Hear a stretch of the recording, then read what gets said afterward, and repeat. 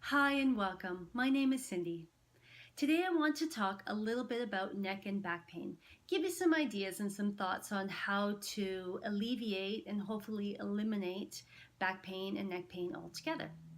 There are a few factors as to why we might feel pain, and some of these we might be able to avoid, and some of them we can't avoid. But if we're just aware of them, then we can take steps to try to get treatment and eliminate or reduce that pain significantly.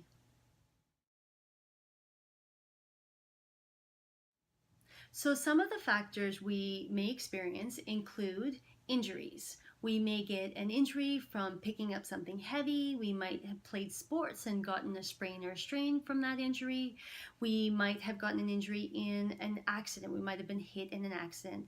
And that kind of injury might be a long sustaining injury that we might have to treat over a very long time. So if we get sick and we have a disease, there may be some degeneration of the bones and there may be some compression of the discs and the nerve, and that will bring on pain in the neck and the back, potentially. The other one would be poor nutrition. When we don't feed the body, nourish the body with nutrients, the body gets weak, the muscles get weak, the muscles begin to atrophy, or the bones begin to weaken.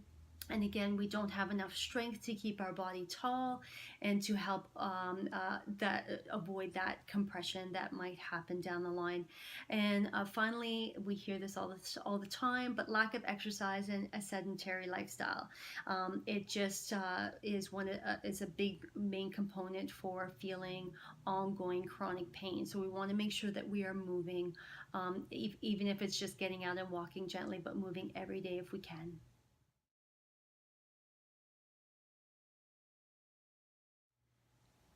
So there are other factors at play that I think we could have a little bit more, if we pay a little bit more attention to, we can greatly reduce the amount of pain we might experience.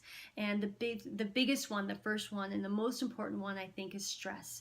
And you hear that a lot: stress, stress, stress. We're such a stressed out society, and it's not just an emotional stress, because that's a big factor. And a lot of times when I do treat clients, there is often an emotional component that is surrounding the injury itself, and I try to treat that emotional component through the acupuncture itself. But physical stress is a big one, and we don't often think of that as stress. But there's been a number of reports in the news these days to talk about how bad standing is for you, and that's physical stress. Standing all day in a job is very taxing on the body. It puts a lot of physical stress on the body, and that can also lead to weakness of the muscles, and go back to the compression of the spine, compression of the nerves, and the weakening and atrophy of the muscles, the postural muscles, etc. Another thing is exercising too much. Yes, you can exercise too much. If you're going out, especially if you are more sedentary, you sit at a computer all day, and then you go out and do your boot camp, and you go crazy and you go hard and fast and strong. And if you do that, a lot of times there's going to be a lot of wear and tear on the body, and eventually you might start to experience injuries, and you might start to feel that pain start to come in the neck, or the spine itself, the back. So just be careful that you don't work out too hard too often.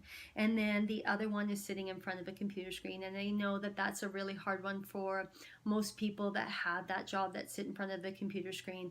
But it's really important that you set an alarm if you have to, but get away, step away from your computer, go for a walk around the office, go for a walk downstairs, go and visit someone, have a cup of tea.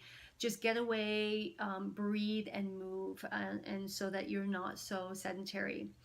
The other type of stress is mental stress, and mental stress tied into the emotional stress, but mental stress around work, around how we're doing at work, and how our career's going, and the stress of trying to become successful, stress over finances, family, our health. Those are all valuable things to think about, but they can be very weighing on the body, and that kind of mental stress can put stress on the nervous system and therefore bring on pain. And so that's something that we can be a little bit more aware of. So if I leave you with one thing in this video is, do not live with pain. Don't accept that the pain is just par for the course, especially as we get older, because it's not. You do not have to live with pain. That's not to say you might not feel some aches and discomfort, and the pain might not go away altogether, but you can go out there, see your acupuncture therapist, see your Pilates trainer, your yoga trainer, see an osteopath, a physiotherapist, a chiropractor, see a trained professional who can help to strengthen your body, strengthen your muscles, realign your bones, and make sure that you are dealing with whatever a pain is happening, whether it's acute pain or chronic pain. Chronic pain's takes a little bit more time and a little bit more patience in order for that chronic pain to go away, but I have seen it happen. It can happen, but you need to pursue that, and you need to not accept that you should always feel pain no matter what. So here's a couple of other things you're going to think about. Breathe. Breathing. Deep breath in and out. Dropping the shoulders, making sure that you find those moments that you can just be calm and that the nervous system can be just relax, and you can bring yourself down to a very relaxing and calming state of mind, which is also going to bring me back to calming the mind. Just trying to close your eyes, take your thoughts away from whatever is kind of at the forefront, and just clear your mind of thoughts. And whether you want to meditate, whether you want to just deep breathe, whether you want to put some soft music on, calming the mind is a big one. Making sure that you're aware of your posture. So keep that posture really lifted, engaged, keep your body moving and engaged, and make sure that you're moving every day, even if it's a little bit of something. Make sure that you're doing it every day. Think of yourself first, then think of the rest of your family second, because you need to be healthy in order to take care of other people.